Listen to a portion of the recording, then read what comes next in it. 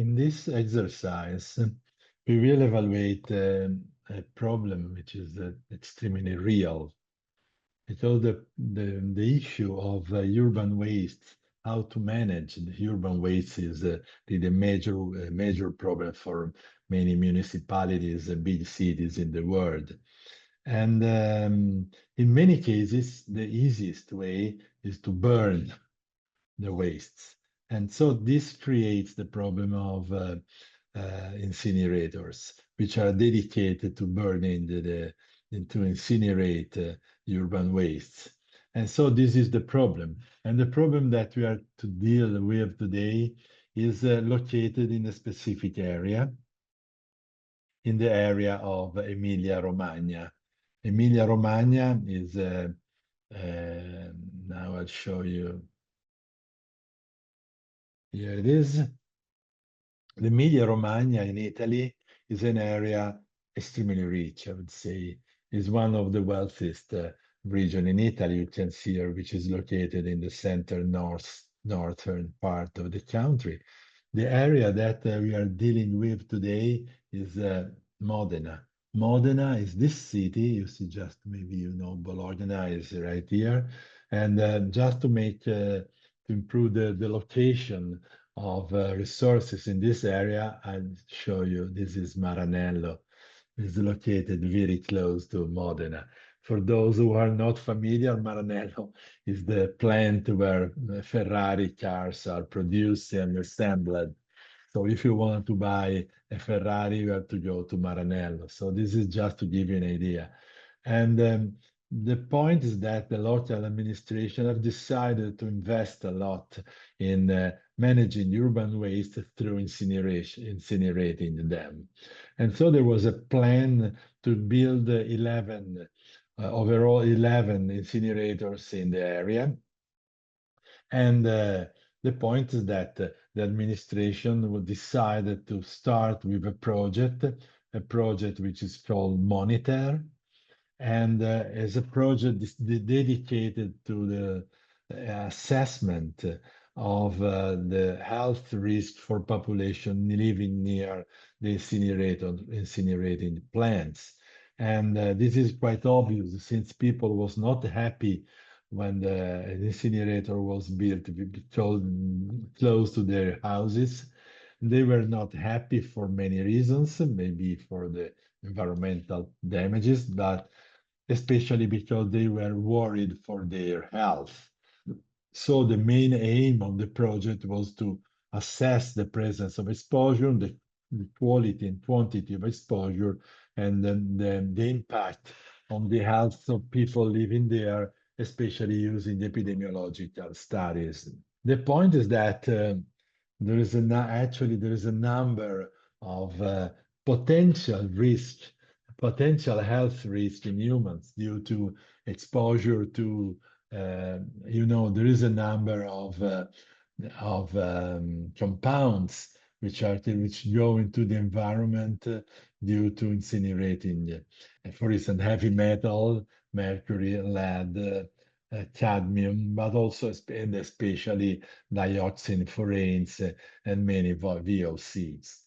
And when we talk about risk for the health, there's a number of possible effects. Obviously, the most evident is the respiratory diseases that can bring the people to have COPD, chronic pulmonary diseases, or we can have any kind of inflammatory problems.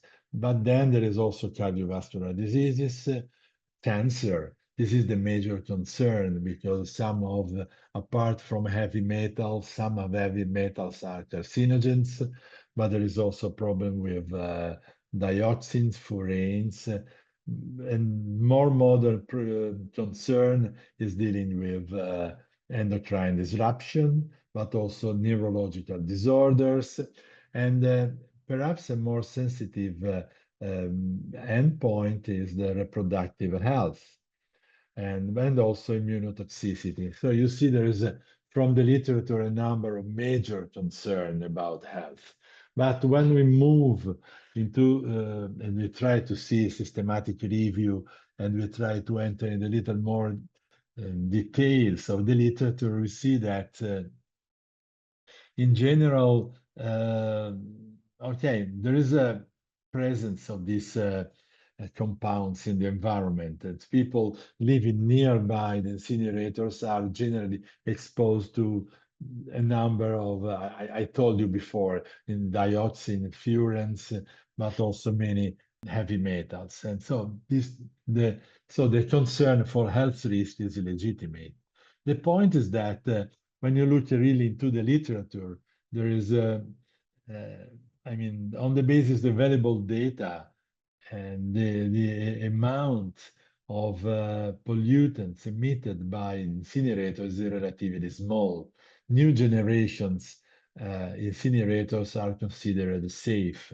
And actually, there is no clear evidence of any major epidemiological risk for or the risk for any of those diseases anticipated associated with exposure to incinerators.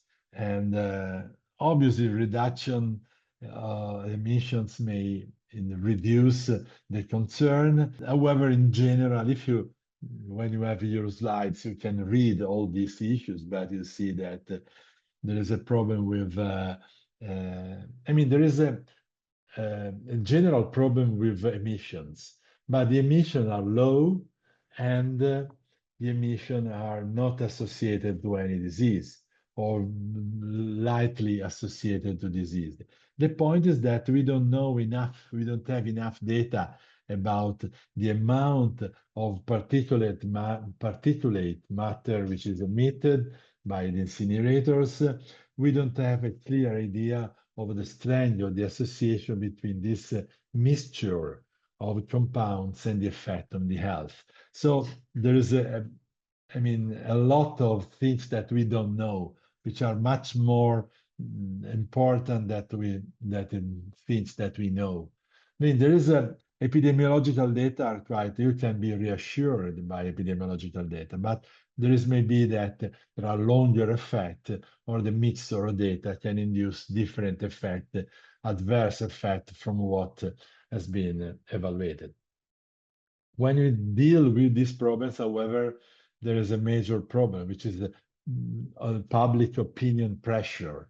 I mean, if you look to the media, there is all journals or media and the social media, especially, which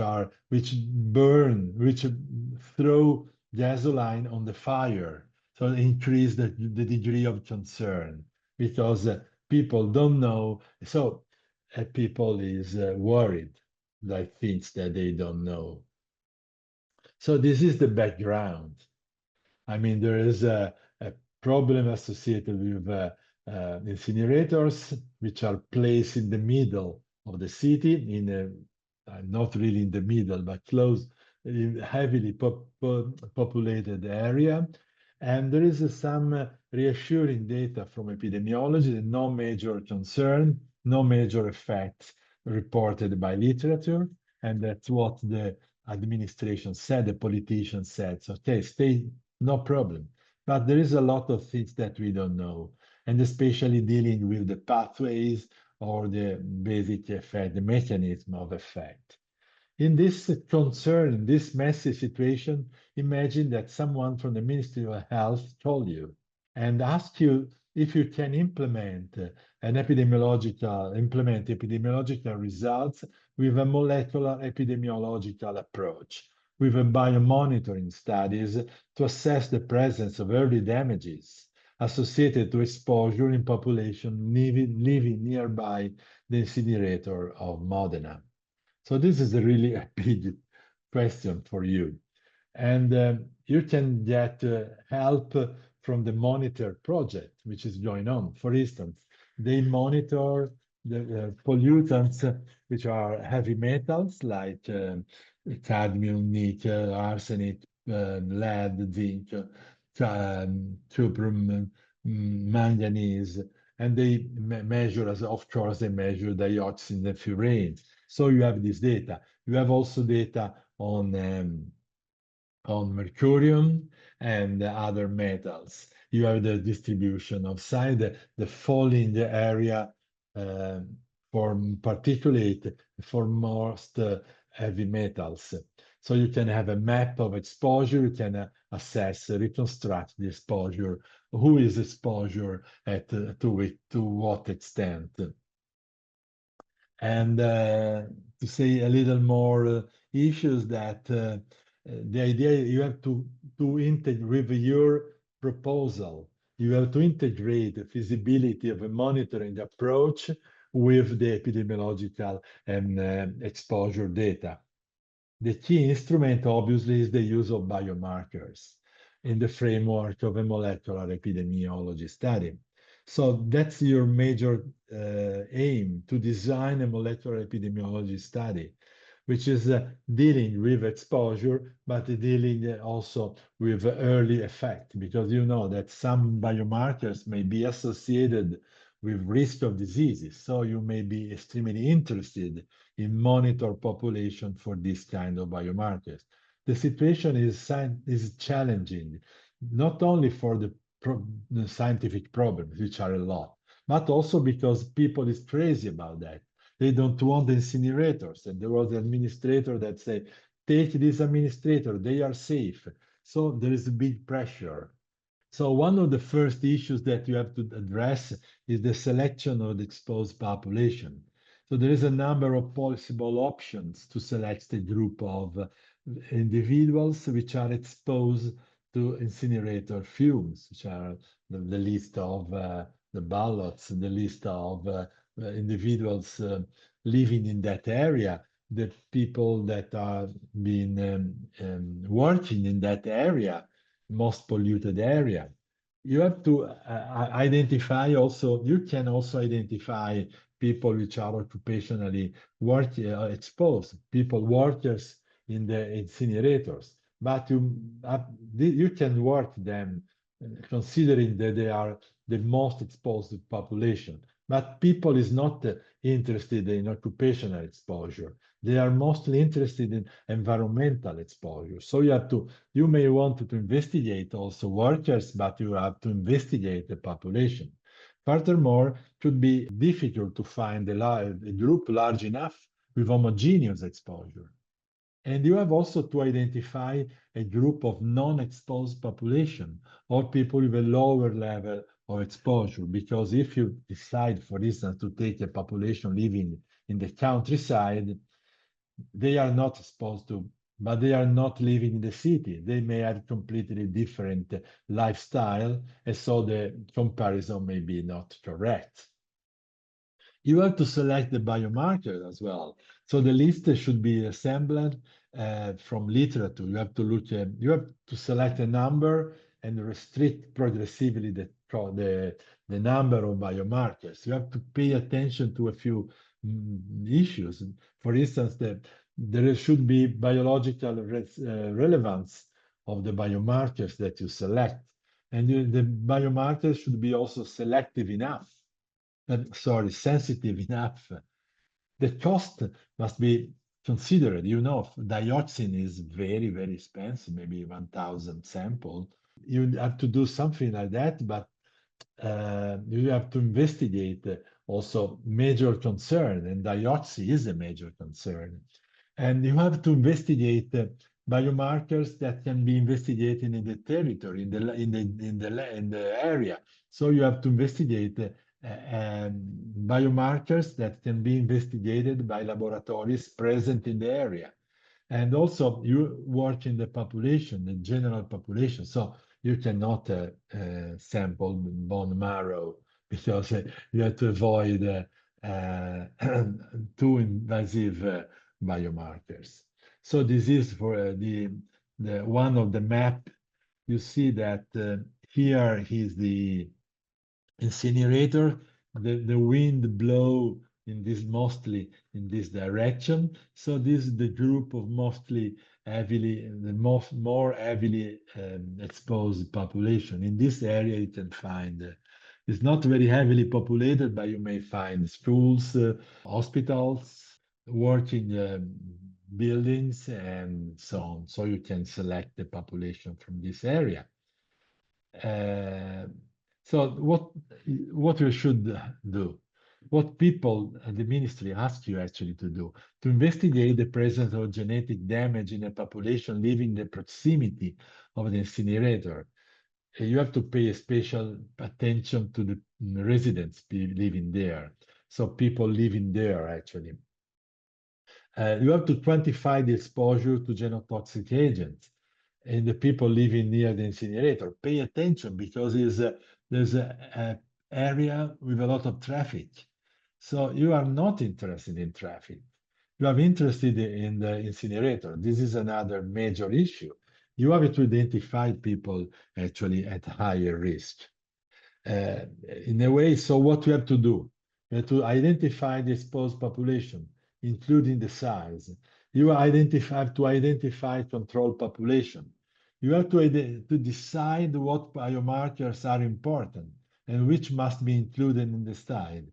You have to identify the study design. Is it a cross-sectional, a case control? What is it?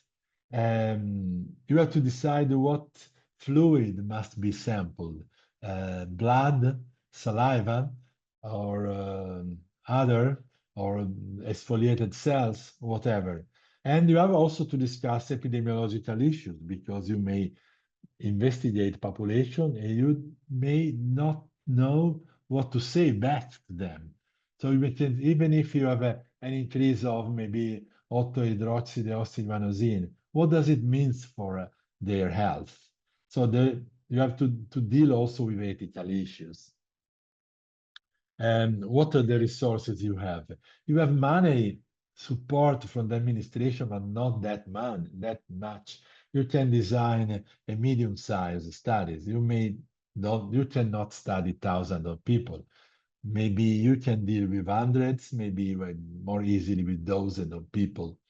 Media are heavily involved and you feel the pressure. So you have to think to give results which are good also for politicians, not only, and people living in that area, not only for a journal, a scientific journal.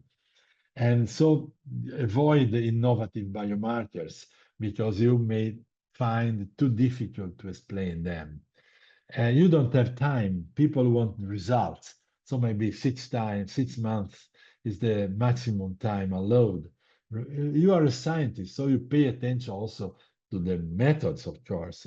You are not alone. So you can get results from the monitor study. You can get help from politicians and from administrator that can help in designing the study or contacting the population. So don't do your best to face in the next hour or couple of hours to face this messy situation. Be prepared to discuss with the class your choices and proposal, and especially so be relaxed because you won't be fired by the wrong choices. And so do your best to design this study. Take care of all the points that I've raised in my presentation, and I hope that you do your best because it's a real life situation that you may deal with when you will be a real investigator, a real scientist, or a real toxicologist. Good job with that.